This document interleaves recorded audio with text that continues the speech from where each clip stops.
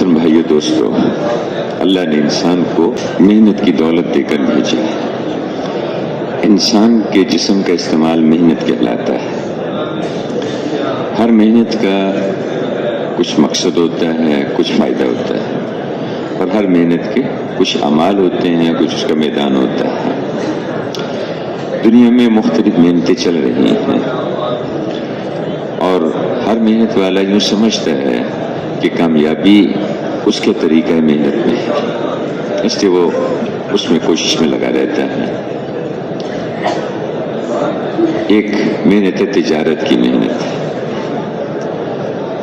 اور اب جو اس محنت میں لگتا ہے وہ اس کے اعمال کو خریدنا، بیچنا، اس کا حساب کتاب رکھنا، اس کے لیے بازاروں میں آنا جانا، اس کا نتیجہ نفع کی شکل میں، مال کی شکل میں ملتا ہے آدمی کو، اور آدمی یہ سمجھتا ہے کہ اس سے میرے کام بنیں گے۔ اصل اس کی محنت تھی جس کا یہ نتیجہ نکلا۔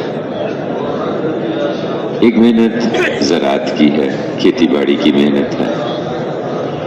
اس محنت کا میدان باغات، کھیت، اور اس محنت کے بھی کچھ اعمال ہیں، ہل چلانا، بیج ڈالنا، پانی لگانا، فصل تیار ہو جائے پھر اس کو کاٹنا، اس کو گہنا، اور اس محنت کا نتیجہ ہے۔ نتیجہ کیا ہے؟ سبزیاں ملیں گی، پھل ملیں گے، اناج ملے گا۔ ایسے ہی ایک محنت صنعت کی، کارخانوں کی محنت ہے۔ اس محنت کے کرنے والے، ان کا میدان کارخانے، فیکٹریاں ہوتی، اس کے بھی اعمال ہیں، مشینیں رکھتے ہیں، پھر اس میں ان کا تو ترتیب سے چلاتے ہیں۔ کپڑا بنانا ہے تو اس کی ایک ترتیب ہے، جوتے بنانے اس کی اپنی ایک ترتیب ہے، تو پھر کارخانوں میں بننے والی چیزیں یہ وجود میں آتی ہیں اس کی وجہ سے۔ تو یہ مختلف محنتیں ہیں جو دنیا میں پھیلی ہوئی ہیں، اور انسان ان محنتوں میں لگے ہوئے ہیں۔ یہ جتنی بھی محنتیں ہیں، ان کی جو اصل اور بنیاد ہے، بنیادی چیز، وہ اللہ نے نبیوں کے ذریعے سے دی ہے، کیونکہ یہ انسانوں کی ضرورتیں ہیں۔ یہ کوئی ایسی نہیں ہے کہ یہ بیکار ہے، ان کے اپنے فائدے ہیں، ان کا اپنا مقصود ہے۔ یہ جو کپڑا بنانے کا فن ہے، یہ اللہ نے ادریس علیہ السلام کے ذریعے سے سکھایا انسانوں کو۔ انہوں نے بتایا کہ کپڑا کیسے بنانا۔ اس سے پہلے جانوروں کی کھال یا درختوں کے پتے وغیرہ اسی سے اپنے جسم کو ڈھانپ لیتے تھے، سردی گرمی سے بچا لیتے تھے۔ آدم علیہ السلام کے ذریعے سے اللہ نے کھیتی باڑی کا فن سکھایا انسانوں کو۔ زمین میں ہل چلاؤ، اس میں بیج ڈالو، پانی لگاؤ اور پیداوار لے لو۔ یہ ان کے ذریعے سے سکھایا، چونکہ یہ انسانوں کی ضرورت ہے۔ اسی طرح جو حساب کتاب ہے، لکھنا پڑھنا ہے، تجارت میں اس کی ضرورت پڑتی ہے، تو یہ جو حساب کتاب ہے یہ بھی اللہ نے ادریس علیہ السلام کے ذریعے سے سکھایا انسانوں کو۔ برتن بنانے کا فن، برتن بنانا، اور یہ جو دھات کے برتن ہیں یا اس کی دھات کی مختلف چیزیں بنانا، یہ اللہ نے حضرت داؤد علیہ السلام کے ذریعے سے انسانوں کو دیا ہے۔ داؤد علیہ السلام، سلیمان علیہ السلام، اس کے اسی طرح یہ جو جڑی بوٹیاں ہیں، کس جڑی بوٹی میں کیا فائدہ ہے، دوائیاں بنتی ہیں ان سے، کھانے کی چیزیں وجود ہیں، بہت ساری مختلف طرح کی جڑی بوٹیاں ہیں۔ یہ اللہ پاک نے سلیمان علیہ السلام کے ذریعے سے لوگوں کو دیا۔ آپ نماز پڑھتے تھے اور سامنے کوئی بوٹی ہوتی تو وہ آپ کے سامنے آ جاتی اور اپنے بتاتی کہ میرے اندر یہ خوبی، یہ خوبی، یہ خوبی ہے میرے اندر، آپ ان کو لکھوا لیا کرتے تھے۔ تو سلیمان علیہ السلام کے ذریعے سے اللہ نے یہ اس کا جڑی بوٹیوں کے خواص، دوائیاں بنانے کے طریقے، یہ اللہ نے ان کے ذریعے سے انسانوں کو سکھایا۔ جتنی بھی جو مشینیں ہیں ان کے اندر بنیادی چیز پہیا ہوتا ہے۔ پہیا بنانے کا طریقہ اللہ نے آدم علیہ السلام کے ذریعے سے سکھایا لوگوں کو، کہ چونکہ گاڑی بنانی ہے تو اس میں پہیا، مشین چلانی ہے تو اس کے اندر پہیا، ہر چیز کے اندر وہ استعمال ہوگا، بہت ساری چیزوں میں۔ علاج معالجے کا جو فن ہے پہلے سے چلا آ رہا تھا، اس میں کوئی عیسیٰ علیہ السلام کے ذریعے سے بھی اللہ نے کچھ چیزوں کی طرف توجہ دلا دی. تو خیر عرض یہ ہے کہ مختلف انبیاء کرام کو اللہ نے بھیجا اور ان کے ذریعے سے اللہ نے ان چیزوں کی بنیادیں رکھوائی ہیں. باقی بعد میں لوگ اس پہ محنت کرتے رہے اور جتنی لوگوں نے محنت کی ان پہ وہ چیزیں آگے کھلتی چلی گئیں، ان کے فنون جو ہے آگے بڑھتے چلے گئے. تو یہ مختلف محنتیں ہیں جو دنیا میں چل رہی ہیں، اور یہ میں نے اس کیا کہ بیکار نہیں ہیں، انسانوں کی ضرورت کی چیزیں ہیں. ضرورت کس کو کہتے ہیں؟ ضرورت کہتے ہیں ضرر سے ہے. اگر پورا نہیں کریں گے تو پریشانی ہوگی، تکلیف ہوگی، پریشانی تکلیف ہوگی. اس لیے اپنی ضرورتوں کو پورا کرنے کا اللہ نے سامان اس دنیا میں رکھ دیا ہے. محنت کر لو، اس سے اپنی ضرورت کی چیزیں حاصل کر لو. لیکن یہ دنیا ضرورتوں کے پورا کرنے میں تو ٹھیک ہے، خواہشات کے پورا کرنے کی جگہ نہیں ہے. یہ پوری دنیا کسی ایک انسان کی خواہش کو بھی پورا نہیں کر سکتی. اور جہاں تک ضرورتوں کا تعلق ہے، اس میں جتنی آبادی اس وقت ہے اس سے دگنی، 3 گنا، 10 گنا بھی ہو جائے تو بھی اللہ پاک ان کی ضرورتوں کا انتظام کرے گا. پہلے زمانے میں، پہلے دور میں، اس میں پیداوار زمین سے ہوتی تھی، آبادیاں تھوڑی تھیں، لیکن قحط بھی آتے تھے. فلانے علاقے میں قحط آیا، اتنے لوگ اس میں قحط میں مارے گئے. تو صحابہ کے زمانے میں بھی وہ جو اس میں طاعون امواس بیماری پھیلی، اس سے بہت سارے لوگ مر گئے. قحط بھی آتے رہے بہت سارے علاقوں میں ہر دور میں، لیکن آبادیاں تھوڑی تھیں. آبادیاں زیادہ ہو گئی، کبھی سننے کو نہیں ملتا کہ جی فلاں علاقے میں قحط کی وجہ سے اتنے لوگ مارے گئے. کیونکہ اللہ کا پرورش کا نظام ہے، اس کا اپنا ربوبیت کا نظام ہے اس کا. تو دنیا ضرورتیں پورا کرنے کے لیے کافی ہے. ساری دنیا انسانوں کی جتنے بھی ہو جائیں گے، ضرورتیں 4-5 ہیں انسان کی. کھانا پینا جس میں دوا دارو بھی آ جاتا ہے، لباس ہے، رہائش ہے، نکاح ہے اور سواری ہے. یہ جو سواری بنانے کا، خاص طور سے جو بحری سواری، پانی کی سواریاں، یہ اللہ نے نوح علیہ السلام کے ذریعے سے انسانوں کو سکھایا ہے. تو یہ مختلف محنتیں ہیں جو دنیا میں چل رہی ہیں، اور ہر محنت کرنے والا یوں سمجھتا ہے کہ میں یہ محنت نہیں کروں گا تو کام کیسے بنیں گے، میری ضرورتیں کیسے پوری ہوں گی، میرے تقاضے کیسے پورا ہوں گے. نہیں، وہ اللہ کا اپنے ایک نظام ہے، اس کے ذریعے سے پرورش ہو رہی ہے، اس کے ذریعے سے پل رہی ہے. اس لیے فرمایا کہ وَفِي السَّمَاءِ رِزْقُكُمْ وَمَا تُوعَدُونَ، تمہاری روزی آسمانوں میں ہے، اس کا ہم نے وعدہ کر رکھا ہے کہ تمہیں ملے گی، وہ ملے گی، اس کا ایسے کوئی تعلق نہیں ہے. یہ تو اس لیے اللہ نے دیے ہیں کہ ان کے متعلق اللہ نے احکامات دیے ہیں. ان حکموں کو پورا کرو، صحیح نیت کے ساتھ کرو، احکامات سیکھ کے کرو، حضور کا طریقہ سیکھ کے کرو ان کو، اس سے تمہیں اجر ملے گا. ایک آدمی ایماندار ایمان سیکھ کے تجارت کرتا ہے اور اللہ کے احکامات سیکھ کے، حضور کا طریقہ سیکھ کے، اس تجارت پر بھی اس کو اجر ملتا ہے. میں کہ یہ تاجر انبیاء اور صدیقین کے ساتھ اس کا حشر ہوگا. اسی طرح ایک آدمی ذمہ دارہ کرتا ہے لیکن احکامات سیکھ کے کرتا ہے، حضور کا طریقہ سیکھ کے کرتا ہے، تو اس پر یہ جو کھیتی اگتی ہے اس کا ہر پتا، ہر اس کا پودا، ہر پھول ذکر کرتا ہے، اللہ کا تسبیح کرتا ہے. وہ ساری اس کی اعمال نامے میں لکھ دی جاتی ہے. اور کوئی اس کو کھا لے، کوئی جانور، کوئی پرندہ، کوئی درندہ، کوئی چرندہ، کوئی انسان کھا لے، اس اگانے والے کو حساب میں صدقہ کرنے کا ثواب لکھ دیا جاتا ہے. کتنی کھیتی فلاں جانوروں نے کھا لی، اس کے اعمال نامے میں صدقہ لکھ دیا گیا. تو لیکن یہ کون سی کھیتی باڑی ہوگی جو اللہ کے حکموں کو سیکھ کے آدمی کرے گا، حضور والا طریقہ سیکھ کے کرے گا اور یقین کے ساتھ کرے گا کہ پالنے والے اللہ. اس طرح ہر ایک آدمی مزدوری کرتا ہے لیکن اللہ کے حکموں کو سیکھ کے کرتا ہے، حضور کے طریقے کے مطابق کرتا ہے.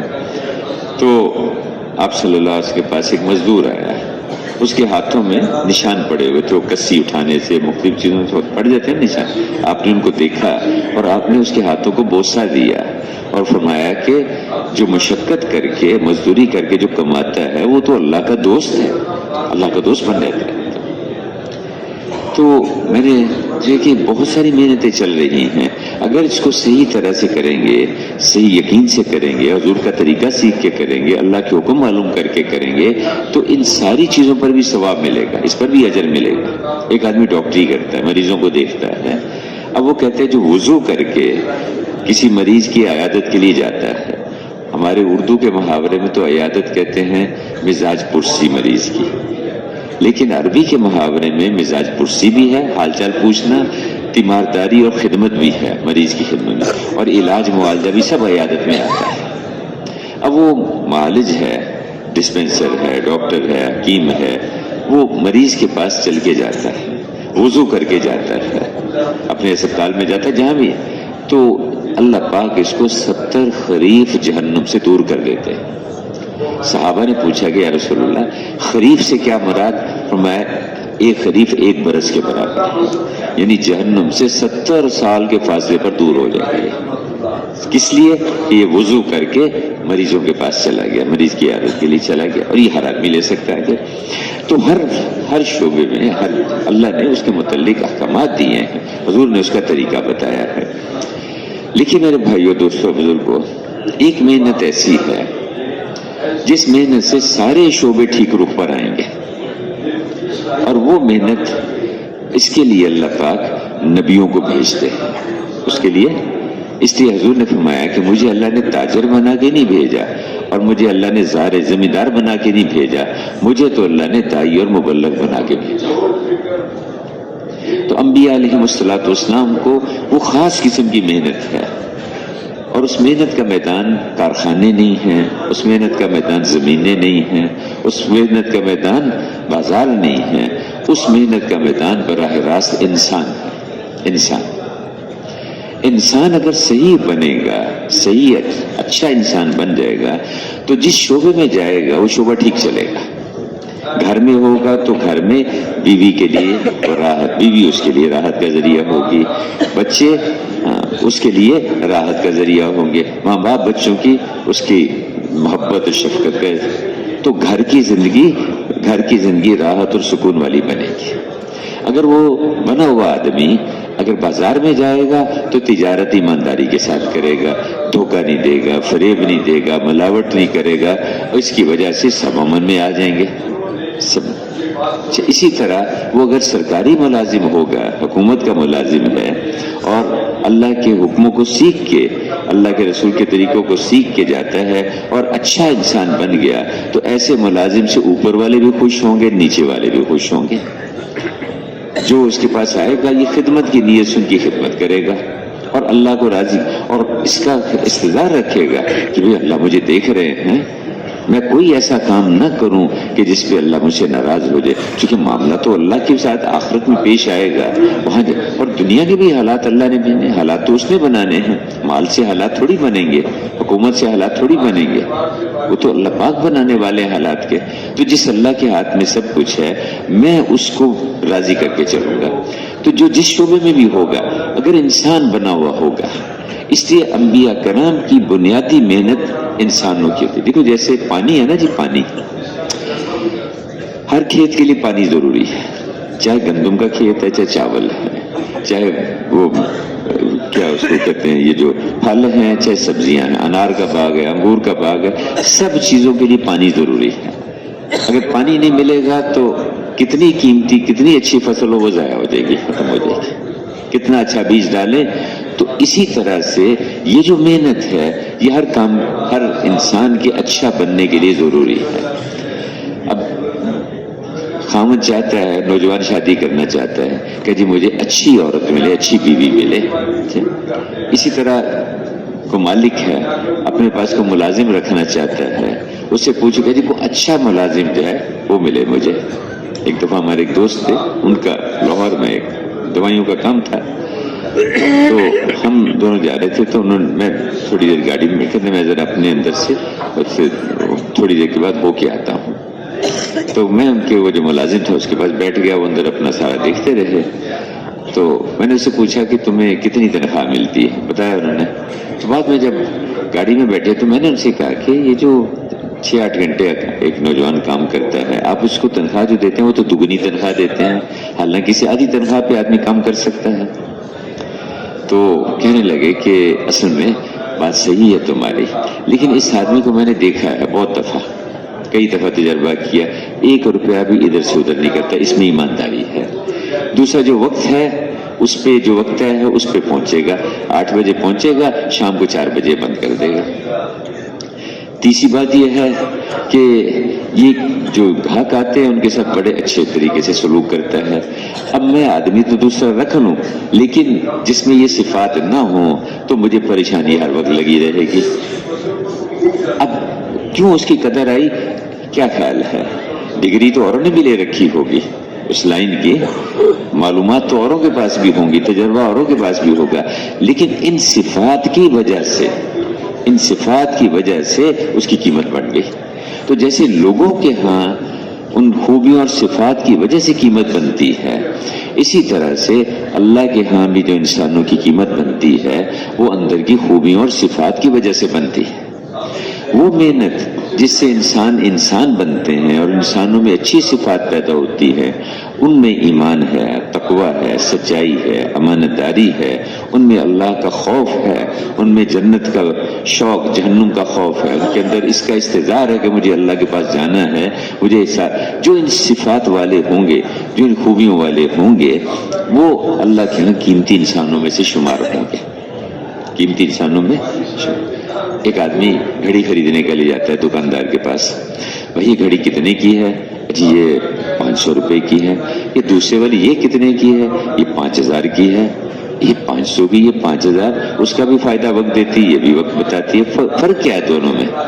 اب وہ اگر یہ کہے کہ یہ بڑا خوبصورت ڈبہ ہے، اس کے اندر یہ گھڑی رکھی ہوئی ہے، بڑی شاندار قسم کی الماری میں نے سجا کے رکھی ہوئی ہے، اس وجہ سے یہ 5000 کی ہے، یہ میں نے باہر رکھی ہوئی ہے اس لیے 500 کی ہے، تو کیا یہ قبول کر لیں گے ہم اس کو؟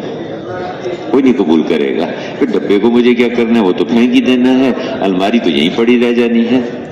وہ بتائے گا کہ اس کے اندر کی صفات کیا ہے۔ ہاں یہ گھڑی جو ہے یہ اس میں پانی نہیں جاتا، اس کے اندر جھٹکا لگنے سے خراب نہیں ہوتی، یہ جو ہے اس کے اندر وہ نمازوں کے اوقات بھی معلوم ہو سکتے ہیں، اس میں رات کے وقت روشنی بھی آتی ہے، اس میں قبلے کا رخ بھی معلوم ہو سکتا ہے۔ اب وہ خوبیوں سے یہ نوائے گا، جبکہ دوسری گھڑی میں یہ باتیں نہیں ہیں، اس لیے یہ 500 کی ہے، یہ 5000 کی ہے۔ اب آدمی کو سمجھ میں آیا ہاں بھائی یہ تو بڑی قیمتی قسم کی گھڑی۔ تو جس طرح چیزوں میں ہم دیکھتے ہیں ان کے اندر کی صفات اس کی وجہ سے قیمتی بنتی ہیں، اسی طرح انسان بھی جب صفات والے ہوتے ہیں تو اللہ کے ہاں ان کی قیمت بنتی ہے، اللہ کے ہاں ان کی قیمت بنتی ہے۔ اور اگر صفات نہ ہوں تو وہ کیا کہا کہ اولئک کالانعام بل ہم اضل، یہ تو جانور ہیں، ان سے بھی گھٹیا ہو گئے، ان سے بھی بدتر ہو گئے۔ ہم ایک ملک میں گئے، اس میں کچھ نوجوان جمع ہو گئے، مغربی ملک تھا۔ میں نے پوچھا تم لوگ یہاں کیوں آئے ہو؟ کہنے لگے جی یہاں کوئی کاروبار کر رہے ہیں، کچھ یہاں پر پڑھائی کوئی یونیورسٹی وغیرہ میں پڑھتے ہیں، کچھ جو ہے یہاں پر اپنی ملازمت کرتے ہیں۔ میں کہا اچھا یہ بتاؤ کہ وہاں پاکستان میں، ہندوستان میں بہت سارے لوگ ہیں وہ بھی کاروبار وہاں کرتے ہیں، تم یہاں کیوں آ گئے؟ وہیں رہتے؟ میں نے کہا نہیں یہاں اس لیے آیا کہ یہاں ذرا زیادہ آمدن ملے گی، زیادہ پیسے میں۔ اچھا میں اس کا کیا فائدہ ہوگا؟ کہتے اس سے ہمارا معیار زندگی اونچا ہو جائے گا، معیار زندگی اونچا ہو جائے گا، تو ذرا کپڑے بڑھیا بنا لیں گے، جوتے اچھے قیمتی پہن لیں گے، اور اس طرح سے مکان ہمارا قیمتی بن جائے گا۔ اچھا تو تمہارا کیا خیال ہے یہ جو ان چیزوں کی وجہ سے ہم اللہ کے یہاں بھی قیمتی شمار ہو جائیں گے؟ کیا خیال ہے تمہارا؟ ان کی وجہ سے اللہ کے ہاں جو آدمی قیمتی شمار ہوگا وہ یہ کہ بھی اندر کون سی صفات لے کے گیا، خوبیاں کون سی لے کے گیا۔ تو میں نے ان سے کہا، میں نے کہا دیکھو آپ تو کہتے ہیں نا معیار زندگی اونچا کرنا ہے، ہم اس لیے تمہارے پاس آئے۔ میں نے پوچھا میں کہ جانتے ہم کیوں آئے ہیں؟ کہتے کیوں؟ کہتے تبلیغ کے لیے۔ میں نے کہا نہیں، ہم اس لیے آئے ہیں کہ ہمارا اور تمہارا معیار موت اونچا ہو جائے، مرنے کا معیار اونچا ہو جائے۔ جب اللہ کے پاس جائیں اللہ کہ ہاں یہ ہے جو کچھ کر کے آئے ہیں، یہ ہے۔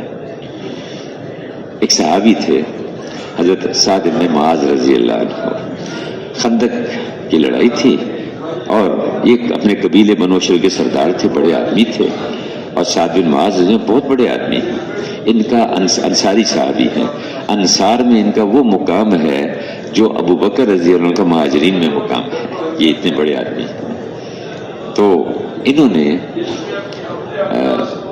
خندق غزوہ خندق کے موقع پر ان کا حریف قبیلہ تھا، ایک یہود کا قبیلہ تھا، دونوں کا آپس میں معاہدہ تھا کہ ہم جو ہے اس میں آپس میں جڑ کے چلیں گے۔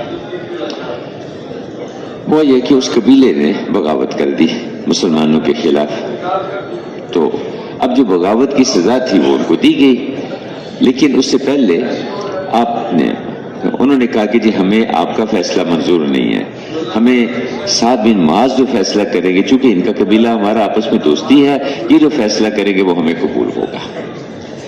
تو حضرت سعد بن معاذ رضی اللہ عنہ نے ان کے لیے جو سزا جو انہوں نے بتایا، حضور نے کہا اچھا ہمیں بھی ان کا فیصلہ منظور ہے۔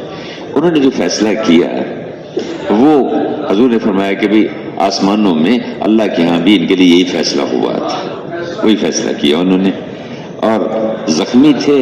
اچھا اب وہ جو قبیلہ جو ان کا حریف قبیلہ تھا وہ پریشان ہو گئے کہ فیصلہ بڑا سخت تھا کہ ان کے جو باغی ہیں جتنے، ان کو جو ساری دنیا میں باغی کی سزا موت ہوتی ہے، ان کو قتل کر دیا جائے، باقی ان کے مالوں کو تقسیم، اس کا فیصلہ انہوں نے کیا۔ اور وہ بڑا کہ یہ تو اپنے تھے پھر بھی انہوں نے یہ فیصلہ کیا۔ میں نے کہا کہ انہوں نے اللہ اور اللہ کے رسول کو دیکھا اور حق کو دیکھا، اس کو دیکھ کے فیصلہ کیا۔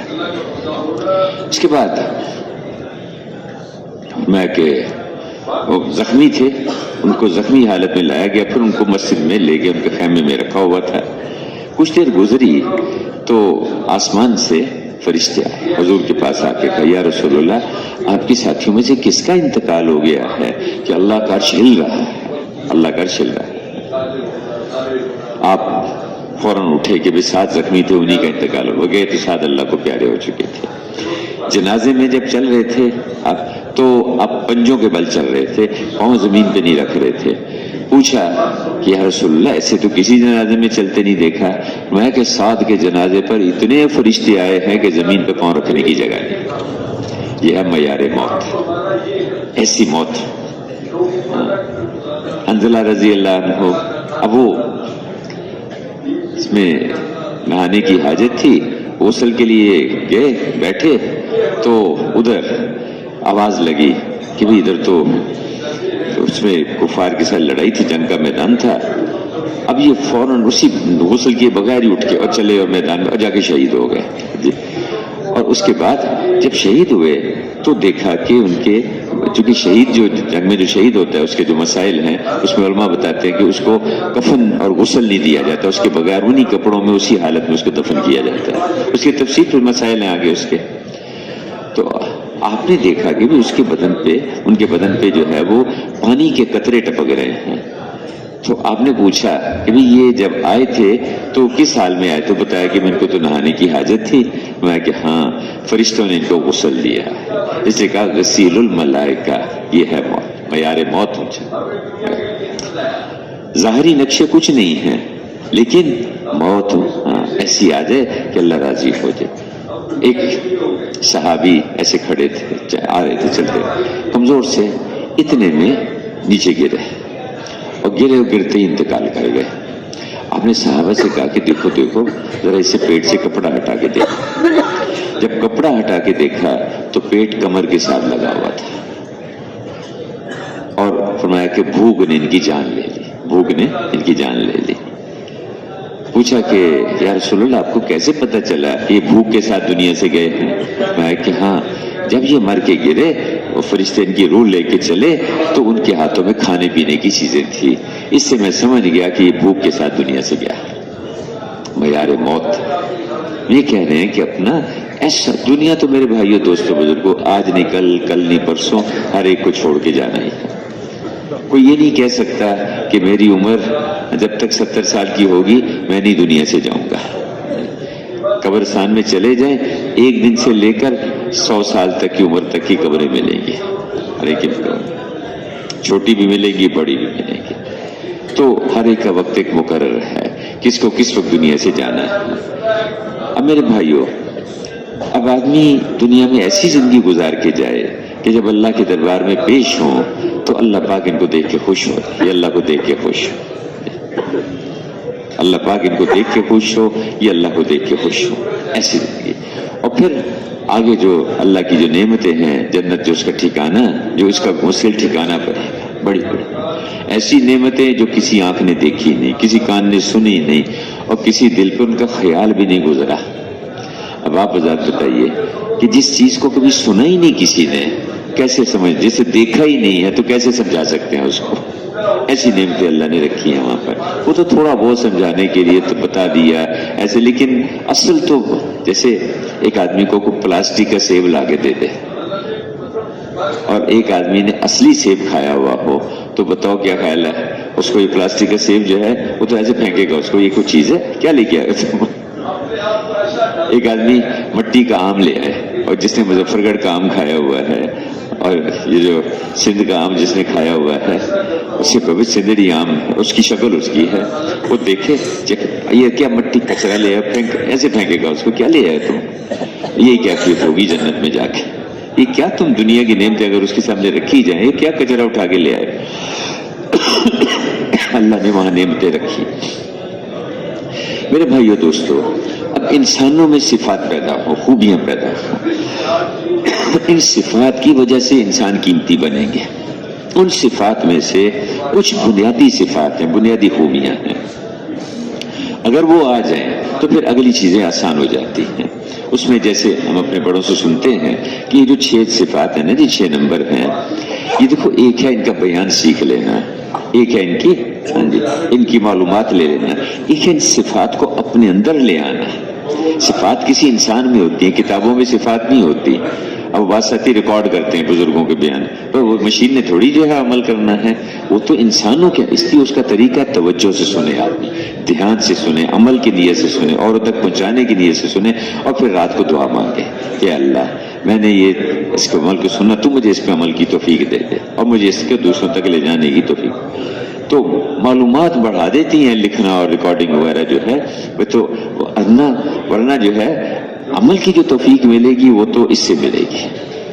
اب میرے بھائی, اس میں پہلی بات یہ ہے کہ آدمی اپنے اندر صحیح یقین کو بٹھائے. یعنی جتنا یہ نظام ہے, سب جو کچھ نظر آ رہا ہے, نہیں نظر آ رہا, سب اللہ نے پیدا کیا, اور اتنا بڑا یہ نظام بنایا اللہ نے کہ ہم تو سوچ بھی نہیں سکتے. زمین جو ہے, جو زمین سے جو سب سے پہلا ستارہ ہے, اس کی جو روشنی ہے زمین تک 4.5 سال میں پہنچتی ہے. 4.5 سال میں 1 سیکنڈ میں روشنی جو ہے وہ 3 لاکھ کلومیٹر سفر کرتی ہے. 1 سیکنڈ میں 3 لاکھ. 1 منٹ میں کتنا, 1 گھنٹے میں کتنا, 1 دن میں کتنا, 1 مہینے میں کتنا, 1 سال میں کتنا, 4.5 سال میں. یہ پہلا ہے. اور یہ سب پہلے آسمان کے نیچے اور پتہ نہیں کیا کچھ ہے, اللہ جانتے ہیں, اللہ کا علم جانتا ہے. تو انسان تو ایسے بس, تو یہ سارا نظام اللہ نے بنایا ہے, وہی اس کا خالق. اس میں جو کچھ اللہ نے رکھا ہے, جو کچھ, سب کچھ اللہ, ساری دنیا کے انسان مل کے ایک مکھی نہیں بنا سکتے. اللہ نے فرمایا بنانا تو دور کی بات ہے, تم تم سے کوئی چیز لے جائے, تم اس کو اس سے واپس نہیں لے سکتے, تم لے کے دکھاؤ. تم مکھی نہیں بنا سکتے, مچھر نہیں بنا سکتے.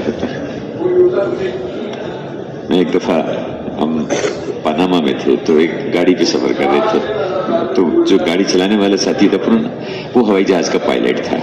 میں نے اسے پوچھا, میں نے کہا یہ جہاز جو ہے, یہ مجھے ایک سمجھ نہیں آتی کہ جو ہوائی جہاز جب اترتا ہے نیچے تو اتنا لمبا چوڑا آپ لوگ رن وے بناتے ہو, اٹھانے کے لیے بھی اتنا رن وے بناتے ہو, اس پہ کیا وجہ ہے اس کی؟ کہ اللہ پاک کے کتنے جہاز ہیں, وہ اوپر سے اترتا ہے, پرندہ اترتا ہے اور سیدھا بجلی کی تار کے اوپر آ کے وہ اتر جاتا ہے. تمہارا جہاز اتر کے دکھائے نا وہاں پر, اور وہیں سے پھر اڑ جاتا ہے, کوئی رن وے نہیں, کچھ نہیں ہے. یہ کیا ہے؟ کہنے لگا اس سے بھی آگے کی چیز میں بتاؤں. کہتے ابھی تک تو اس کو بھی ہم سمجھنا, کہتے جو مچھر اور مکھیاں ہیں اس کو نہیں سمجھ سکے, وہ کیسے چلے, ادھر کبھی ادھر اٹھنے کے, وہ آج تک نہیں سمجھ میں آئے گی کیسے کریں, اس کی نقل نہیں. مکھی تو بنانا تو دور کی بات, اس کی نقل نہیں ہم سے ہوتی. مچھر بنانا دور کی بات, مچھر کی نقل نہیں ہم کر سکے. اللہ کا نظام ہے, اللہ نے ہر مخلوق کو ایسا بنایا. ایسی چیز میرے بھائی, سب اللہ کی مخلوق ہے, سب اللہ نے اس کو پیدا کیا ہے. کہ اس کو دیکھو اور اس سے اس کے بنانے والے کو پہچانو. دن کون نکال رہا ہے, رات کون لے کے آتا ہے, ہوائیں کون چلاتا ہے, سردی کو گرمی میں کون بدلتا ہے, گرمی کو سردی میں کون بدلتا ہے, یہ کس کا ارادہ ہے؟ کس کے ارادے سے سب نظام چل رہا ہے؟ ایک اللہ کا نظام ہے چل رہا ہے۔ ایک نوجوان مریض تھا، بیمار تھا، کہنے لگا جی آنکھوں میں کچھ تکلیف ہوئی تو رنگوں کے پہچاننے کی استعداد ہی ختم ہو گئی، نہیں پہچان سکتا رنگ۔ ایک اور نوجوان کہنے لگا جی سر پہ چوٹ لگی، اس کی وجہ سے اب مجھے یہ سمجھ نہیں آتی کہ چیز دور کون سی ہے نزدیک کون سی ہے، مجھے چیز یہاں نظر آ رہی ہوتی ہے اور میرا ہاتھ پکڑ کے رکھتے نہیں، وہ چیز تو یہاں پڑی ہوئی ہے۔ اب یہ یعنی آنکھ کے اندر کتنی چیزیں اللہ نے رکھ چھوڑی۔ ایک نے کہا کہ جی میں پتہ نہیں کیا ہوا ہے، ایک آنکھ پہ ادھر چوٹ لگی، مجھے ہر چیز دو دو نظر آتی ہے، ایک گاڑی آ رہی اس کے اوپر ایک اور گاڑی آ رہی، آدمی آ رہا ہے، دو آدمی مجھے نظر آ رہے ہوتے ہیں، حالانکہ وہ ہوتا ہے ایک ہے۔ تو میرے بھائیو یہ سب اللہ کی نعمت ہے، اس کو اللہ نے پیدا کیا، وہی اس کا خالق ہے، وہی اس کا مالک ہے۔ یہ پہاڑ کس نے گاڑے ہیں؟ یہ سمندر کس نے کھودے ہیں؟ کوئی کہہ سکتا ہے کہ ہم نے کھودے ہیں یہ سمندر؟ میرے دوستو یعنی اس اللہ کو پہچاننا اور اس کی بندگی پہ آنا، اس کی ماننا۔ دیکھو پہچاننے کا مطلب یہ ہوتا ہے کہ آدمی اس کی مانتا ہے۔ جی یہ پرنسپل صاحب ہے، اس کا کیا مطلب ہے کہ پرنسپل صاحب کی طلبہ جو ان کی بات مانیں گے۔ جی یہ میرے والد صاحب ہیں، والد صاحب بیٹا سر میں درد ہو رہا ہے، ذرا بازار سے دوائی تو لا دو۔ ابا جی تھکا ہوا ہوں، مشکل ہے میں۔ تھوڑی دیر کے بعد بیٹا وہ پیاس لگ رہی ہے، پانی تو وہاں سے اٹھا کے لا دو۔ ابا جی وہ چھوٹے بھائی کو کہہ دینا وہ لا دے پانی۔ تیسرے والد صاحب نے کہا کہ بیٹا سر میں درد ہو رہا ہے، تھوڑا سر تو دبا دو۔ ابا جی میں تو خود ہی تھکا ہوا ہوں۔ کیا خیال ہے یہ باپ کو باپ مانتا ہے؟ خدا کو اپنا رب ماننے کا مطلب یہ ہے کہ اس کے ہر حکم کو آدمی مانے گا، اس کے احکامات پہ چلے گا، اس کے اشاروں پہ چلے گا۔ تو اللہ کی بندگی اختیار کرنا، ہم اللہ کے بندے ہیں اور اللہ کے احکامات، اور کیسے پورا کرنا ہے؟ حضرت محمد صلی اللہ علیہ وسلم کے طریقے پر، چونکہ اللہ کے بندوں میں سے سب سے اونچے بندے حضرت محمد صلی اللہ علیہ وسلم۔ قیامت کے دن اس میں جو معراج کے موقع پر رسول اللہ صلی اللہ علیہ وسلم جب آسمانوں پہ تشریف لے گئے تو اللہ نے آپ سے پوچھا کہ آپ کو اپنے ناموں میں سے سب سے اچھا نام کون سا لگتا ہے؟ آپ نے فرمایا کہ میں آپ کا عبد ہوں، بندہ ہوں، بس مجھے یہ سب سے اچھا لگتا ہے۔ اسے کہا عبد ہوں و رسول ہوں، پہلے اللہ کے بندے ہیں پھر اللہ کے رسول ہیں۔ تو یہ کلمہ عبدیت ہے، اللہ کی بندگی سکھاتا ہے۔ کیسے؟ سب سے بڑے بندے ہیں محمد رسول اللہ، ان کے طریقے پہ کرو۔ کھانا اللہ کے رسول کے طریقے پہ، پہننا اللہ کے رسول کے طریقے پہ، شادی غمی اللہ کے رسول کے طریقے پہ، کاروبار کرنا اللہ کے رسول کے۔ اور اللہ کی شان ہے صرف 23 سال آپ کو ملے نبوت کے، 23 سال، اور آپ نے پوری ایک زندگی انسانوں کو دی ہے، اور قیامت تک کے آنے والے انسانوں کو ایسی مکمل، ایسی جامع زندگی دے دی کہ یعنی ایک چھوٹی سی معمولی سے کام سے لے کر بڑے سے بڑا، یعنی جو بات کہتے بیت الخلا سے لے کے بیت اللہ تک، زندگی کا کوئی عمل ایسا نہیں، کوئی چیز ایسی نہیں جس کے متعلق اللہ اور اللہ کے رسول نے رہنمائی نہیں فرمائی اور طریقہ نہیں بتا دیا۔ جوتا کیسے پہننا اس کا طریقہ بتا دیا، جوتا اتارنا کیسے اس کا طریقہ بتا دیا، بالوں میں کنگھی کیسے کرنی ہے، بال کٹوانے کیسے ہیں، بنوانے کیسے ہیں اس کا طریقہ بتا دیا، بٹن کیسے بند کرنا اس کا طریقہ بتا دیا، کرتا کیسے پہننا کیسے اتارنا اس کا طریقہ بتا دیا، سلانا کیسے ہے، کمانا کیسے ہے، خرچ کیسے کرنا ہے، گھر کیسے بنانا ہے، شادی کا کیا طریقہ ہے، غمی کا کیا طریقہ ہے، عدالت تم نے کیسے چلانی ہے اس کا طریقہ سیکھو اللہ کے رسول سے، تم نے بازار کیسے چلانے اس کا طریقہ اللہ کے رسول سے پوچھو، تم نے حکومت کیسے چلانی ہے اللہ کے رسول سے پوچھو، آگے وہ تمہیں بتائیں گے، تم نے جو ہے کھیتی باڑی کیسے کرنی ہے اس کے کیا احکامات، آؤ جا کے اللہ کے رسول سے پوچھو، نکاح کیسے کرنا ہے، تمہارے یہاں کسی کا انتقال ہو گیا تو جنازہ کیسے پڑھنا ہے، اس کا دفن کیسے، ایک ایک چیز کوئی ایک دن کا ایسا نہیں ہے جس کے بارے میں اللہ اور اللہ کے رسول نے رہنمائی نہیں فرمائی۔ تو پوری زندگی اس کے مطابق لانے کی کوشش کرنا، پوری زندگی۔ یہ جو نماز ہے نا جی، دن میں 5 دفعہ جو نماز کا مقصود کیا ہے کہ دن میں 5 دفعہ ہمیں کہا جا رہا ہے حی علی الصلاۃ حی علی الفلاح، دیکھو اپنی دکان اس پہ یقین نہ کرو، پالنے والے اللہ ہیں، اب اللہ نے بڑا حکم دے دیا مسجد کی طرف آ جاؤ، ملازمت اس سے کام نہیں بنیں گے، مسجد کی طرف آؤ، اس سے تمہارے کام ہے۔ جو مسجد میں آ جاتا ہے وہ اللہ کا مہمان بن جاتا ہے، جو مسجدوں میں کثرت سے رہتے ہیں، فرشتے ان کے ہم نشین، ان کے ساتھی ہو جاتے ہیں. کسی کام کو نکلتے فرشتے ان کی مدد کرتے ہیں. ایک ہے اپنی تدبیروں سے کام کرنا، ایک فرشتوں کی مدد سے کام کرنا. بیمار ہو جاتے ہیں فرشتے ان کی مدد میں لگ جاتے ہیں. ماشاءاللہ آپ حضرات ساری مسجدوں میں وقت گزارتے ہیں، اللہ جزائے خیر دے آپ حضرات کو. تو میرے بھائیوں، اس کی برکت سے اللہ پاک ہمارے تو نماز کے ذریعے سے استطاعت پیدا ہوگی. کہتے ہیں نماز کفر اور اسلام میں فرق ڈالتی ہے، کفر اور اسلام میں فرق ڈالتی ہے نماز. ہمارے ایک دوست تھے، وہاں ان کا اوکاڑا میں اپنا کاروبار تھا. اپنے ایک بھائی کے ساتھ اور ایک ان کا اور ملنے والا تھا جو غیر مسلم تھا. تینوں لاہور آئے، کچھ مشین خریدنی تھی انہوں نے. زور کی نماز کا وقت آیا تو انہوں دونوں بھائیوں نے اس سے کہا جو غیر مسلم تھا کہ تم یہاں ایک دکان پہ بیٹھو، ہم نماز پڑھ کے آتے ہیں. جب نماز پڑھ کے باہر آئے تو وہ انتظار کر رہا تھا، چلنے لگے تو اس نے کہا ایک بات پوچھنی ہے. کہا پوچھو. کہنے لگا یہ جو بازار ہے اس میں یہ سارے غیر مسلم ہیں یا ان میں کوئی مسلمان بھی ہے؟ انہوں نے کہا نہیں، یہ تو سارے مسلمان ہیں. کہا اذان ہوئی، نماز کا وقت آیا، نہ یہ مسجد میں گئے نہ میں مسجد میں گیا، مجھے کیوں کافر کہتے ہو، ان کو کیوں مسلمان کہتے ہو؟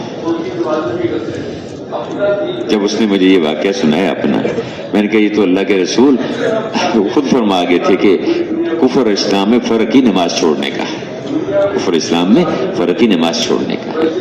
تو گھروں میں بھی نماز کا اہتمام، بچیاں بھی، مستورات بھی، چھوٹے بچے بھی گھر میں گھروں میں نماز کا اہتمام کیا کرو. اس سے تمہارے گھر کی خیر میں اضافہ ہوگا، برکت میں اضافہ ہوگا.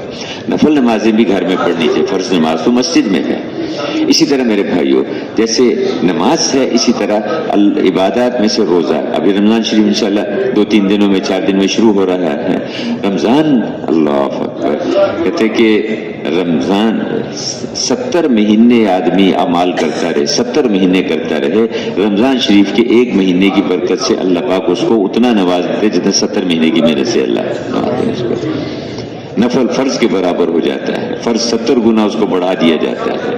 پھر میرے بھائیوں، رمضان شریف میں کہ اللہ اس روزے کی برکت سے تقویٰ دیتے ہیں، تقویٰ دیتے ہیں. اور تقوی سے کیا ہوگا؟ ہر تنگی سے اللہ راستہ نکال دیں گے، ہر مشکل سے، اور ایسی جگہ سے رزق دیں گے جہاں سے آدمی سوچ بھی نہیں سکتا. ایسی جگہ سے روزی ملے گی اس تقوی کی وجہ سے، اور تقوی ملے گا روزے کی برکت سے. تو رمضان شریف میں اللہ رحم کرتے، ہم نے تو رمضان شریف کو کھانے پینے کا اس کا مہینہ سمجھ لیا، اور ماحول ایسا بن جاتا ہے یہ بھی پکا لو یہ بھی پکا لو. اللہ کے رمضان تو اعمال کا مہینہ ہے، کام کا مہینہ ہے. موقع ہے ایک آدمی کی ایک نماز 70 نمازوں کے برابر ہوگی. فرض نماز تھی، نفل نماز فرض کے برابر ہوگی اس کی. اسی طرح ذکر ہے، یعنی جن لوگوں کے ہاں اس کی قدر تھی رمضان کی، وہ تو 1 منٹ بھی ضائع نہیں ہونے دیتے. وہ تو فضائل اعمال میں لکھا ہے نا کہ امام حنیفہ رحمۃ اللہ علیہ، امام شافعی رحمۃ اللہ علیہ رمضان شریف میں 61 قرآن پڑھتے تھے. 30 قرآن رات کو، 30 دن کو، اور 1 قرآن تراویح میں 61 قرآن پڑھتے تھے. اسی طرح بعض حضرات رات کو 2-3 قرآن ختم کرتے. برکت بھی تھی بھائی، برکت آتی ہے جب اچھے اعمال کا ماحول ہوتا ہے. جب گناہوں کی فضا ہوتی ہے تو پھر ہر چیز میں سے برکت نکل جاتی ہے، مال سے، وقت سے، صحت سے، تعلق، سب سے برکت نکل جاتی ہے. اب 3 قرآن ایک رات میں پڑھنا، کہتے میں آگے فرماتے کہ اگر میں چوتھا پڑھنا چاہتا اس کا چوتھے کے 10 پارے پڑھنا چاہتا اس کو بھی ختم کر لیتا رات کے اندر. اللہ ایسی برکت دے دیتے ہیں. اور برکت آتی ہے جب دین کے کاموں کو قربانی سے کیا جاتا ہے. ٹھیک ہے میرے بزرگوں، ہمیں اللہ کے راستے میں نکلے ہوئے، ہمیں دعوت بھی دینی ہے، گشتیں بھی کرنی ہے، تعلیم کے حلقے بھی لگانے ہیں، لیکن جتنا قرآن شریف ہم عام دنوں میں پڑھتے ہیں اس سے تھوڑا سا بڑھا دیا جائے. 1 پارہ پڑھتے ہیں 2 کر دیے جائیں، 2 پڑھتے ہیں 3 پارے کر لیے جائیں. وہ جو حافظ صاحبان ہیں ماشاءاللہ تو اور آپس میں کرتے ہی ہیں، کرنا بھی چاہیے ان کو. تو میرے بھائیو، رمضان شریف کا مہینہ اللہ نے ہمیں دیا ہے.